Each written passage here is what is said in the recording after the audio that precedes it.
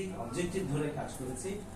আমাদের ওয়ার্কফোর্সকে ট্রেন করেছি, necessary ইনস্ট্রুমেন্টগুলো develop করেছি, যেমন ওয়ার্কশিট, সার্ভে রিপোর্টগুলো করেছি। তারপরে যে এসওপি স্ট্যান্ডার্ড অপারেটিং প্রসিডিউর এটা আমরা ডেভেলপ করেছি। তারপর এর বাইরেও নেসেসারি কিছু প্রকিউরমেন্ট ছিল, কিছু ইকুইপমেন্টের দরকার ছিল, সেই জিনিসগুলো আমরা প্রকিউর করেছি according to the project structure.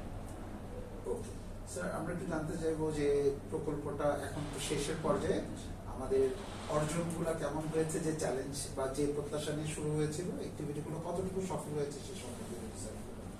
আসলে প্রকল্পের সফলতাটাকে আমরা কোয়ান্টিফাই না করি, যেটা হচ্ছে ট্রেনিং গুলো হয়েছে, আমাদের ওয়ার্কফোর্সের এফিসিয়েন্সি বেড়েছে, যেটা অবজেক্টিভ গুলোর মধ্যে একটা বড় অবজেক্টিভ ছিল যে অ্যাক্সিডেন্ট ইনসিডেন্ট কমানো, একটা বড় জায়গা ছিল যেন ভুলগুলো না হয় এসওপি হওয়াতে, এবং আমাদের ওয়ার্ক ফ্লোটাকে আমরা অ্যালাইনমেন্টে আনার কারণে এই জিনিসগুলো কমে গেছে, এবং এমপ্লয়ীদের মধ্যে এক ধরনের ইউনিফাইড একটা অ্যাক্টিভিটি দেখা দিচ্ছে। যা আমরা করেছি আমি জানি যে এটা এনাফ না, এবং আমি স্ট্রংলি বিশ্বাস করি, strongly believe that we can achieve more, and যেটা হচ্ছে I believe that this is not the best. We can do more, and the best is yet to come. And I strongly and I সেটা আবার বলতে পারি। জি sir. and I absolutely looking forward to it. Sir, আপনার দিক থেকে কোনো recommendation বা ফিউচার প্ল্যান কার্গো ভিলেজের জন্য কোনো কিছু আপনি যদি একটু রূপরেখা সম্পর্কে আমরা আসলে এই নিজেরা যেটা প্ল্যান করছি সেটা হচ্ছে যে এই জায়গার যে আউটলাইনটা ছিল এটাই শেষ না, আমরা এটাকে ভিত্তি করে পরবর্তী পর্যায়ে নিয়ে যাওয়ার জন্য কাজ করছি। আমরা the good work we have done will continue to do it. In the meantime আমরা যেটা করছি, আরো একটা টিমকে এই গত সপ্তাহে আমরা জাপানে পাঠিয়েছিলাম আরো রিফাইনমেন্টের জন্য। আমরা এই জায়গা প্রজেক্ট শেষ হওয়ার পর পরবর্তীতে আমরা নিজেদের মতো করে আরেকটা প্রজেক্টের মতো করব লম্বা সময় ধরে, যাতে করে আমরা এই কাজগুলোকে আরো ভালোভাবে করতে পারি এবং নতুন নতুন স্কোপ বের করতে পারি। আপনারা জানেন সামনে থার্ড টার্মিনালের কার্গো অপারেশন হবে, তার জন্য আমরা এখন থেকে প্রিপারেশন নিচ্ছি।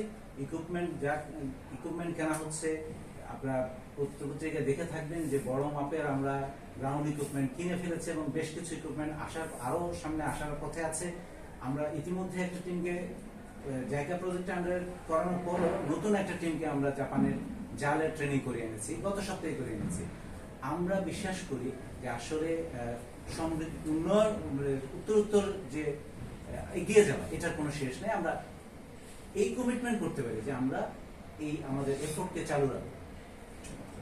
স্যার, আপনি কি এই বিষয়ে কিছু বলবেন? একটু আমি জানার জন্য বলছি যে স্পেসের একটা সংকট তো আছেই, জনবলের সংকট আছে, তার সেই পরিপ্রেক্ষিতে বা সেই দৃষ্টিকোণ থেকে মানে আপনার কোনো সাজেশন আছে যে কি করে আমরা এফিশিয়েন্টলি? সাজেশন বলবো না, আমরা আমাদের ওয়ার্ক প্ল্যান চাই। আমাদের ম্যানেজমেন্ট পুরো জিনিসটাকে খুব সিরিয়াসলি নিয়েছেন। সামনে বাংলাদেশের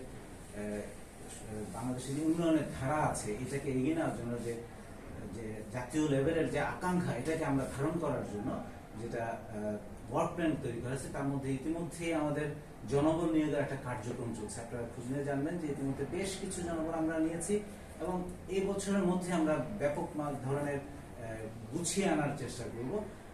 সাজেশনের মধ্যে আমাদের জন্য যে চ্যালেঞ্জটা আছে সেটা হবে এই টোটাল জনবলটাকে আবার নতুন করে ট্রেন করা, অ্যালাইনমেন্টে রাখা, মোটিভেট করা, এই কাজটা আমাদের করে দিতে হবে। মোটিভেট করা একটা নতুন কার্যক্রম হয়তো আমাদের সামনে নিয়ে যেতে হবে, যে এদেরকে নিয়ে আরো ভালোভাবে কাজ করার জন্য। Thank you. সুন্দর। Sure sir.